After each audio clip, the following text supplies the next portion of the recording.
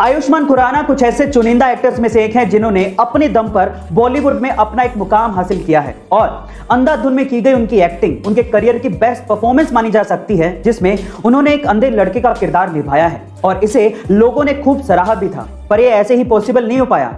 अंधे लड़के का किरदार प्रोमिसिंगली निभाने के लिए उन्होंने कई दिनों तक कुछ ऐसे लेंसेज अपनी आंखों में पहने थे जिनसे उनका विजन वाकई में 80% तक कम हो गया था। इतनी सीरियसली अपने किरदार को निभाने के लिए उन्होंने मेहनत की थी और इसी वजह से लोगों ने इस किरदार को इतना पसंद किया था। बाय द वे, मैं आपकी जानकारी के लिए आपको बता दूं कि अंधाधुन में आयुष्मान से पहले वरुण धवन को इस रोल के लिए अप्रोच किया गया था। क्या आपको यह लगता है कि वरुण धवन आयुष्मान की जगह इस रोल को इतना ही शिद्दत से निभा पाते?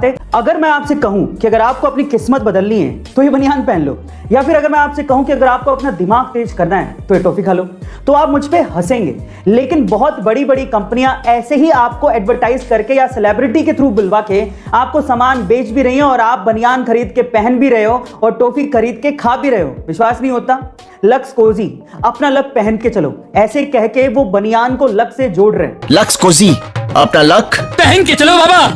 और इसी तरह से मेंटोस, दिमाग की बत्ती जला दे, ऐसे कह के वो एक टॉफी को दिमाग को तेज करने वाली बता रहे हैं। मेंटोस, दिमाग की बत्ती जला दे। और आप लोग ये सब खरीद भी रहे हैं। गाइस, आइडिया बुरा नहीं है, इट्स ऑल अबाउट एडवर्टीजमेंट। उनको पता है कि ऐसी कहानियां आज भी दिमाग पर उतना ही असर डालती हैं, चाहे आप मानो या ना मानो, बस दिखाने का तरीका अलग होना चाहिए। गाइस, आपको ये इन्फॉर्मेशन कैसे लगी? गाइस, क्या आपने कभी गौर किया है कि बहुत सी ऐसी कंपनियां होती हैं जो आपको अपना बेस प्रोडक्ट सस्ते में बेच देती हैं, लेकिन उसकी एक्सेसरी से वो आपसे मोटा मुनाफा कमा लेती हैं? कैसे? मैं आपको एग्जांपल देता हूं। पहला एग्जांपल है जिलेट का, जिसका अगर आपने रेजर खरीद लिया तो रेजर तो आपको वो सस्ते में बेच देगी, लेकिन रेजर खरीदने के बाद आप उसकी ब्लेड तो चेंज करोगे क्योंकि वो खराब हो जाएगी, तो ब्लेड में जिलेट आपसे अच्छा मुनाफा कमा लेती है। दूसरा एग्जांपल है अमेज़न के किंडल का, जो आपको सस्ते में मिल जाएगा, लेकिन किंडल सस्ते में मिलने से कुछ नहीं होता, उसमें बुक्स पढ़नी है तो आपको पैसा देना पड़ेगा और वहीं से ही अमेज़न किंडल आपसे पैसा कमा लेता है। और तीसरा एग्जांपल है एचपी और कैनन के प्रिंटर्स, जो आपको बहुत अच्छे डिस्काउंट में सस्ते मिल जाएंगे, लेकिन वो मोटा मुनाफा कमाते हैं प्रिंटर की इंक से,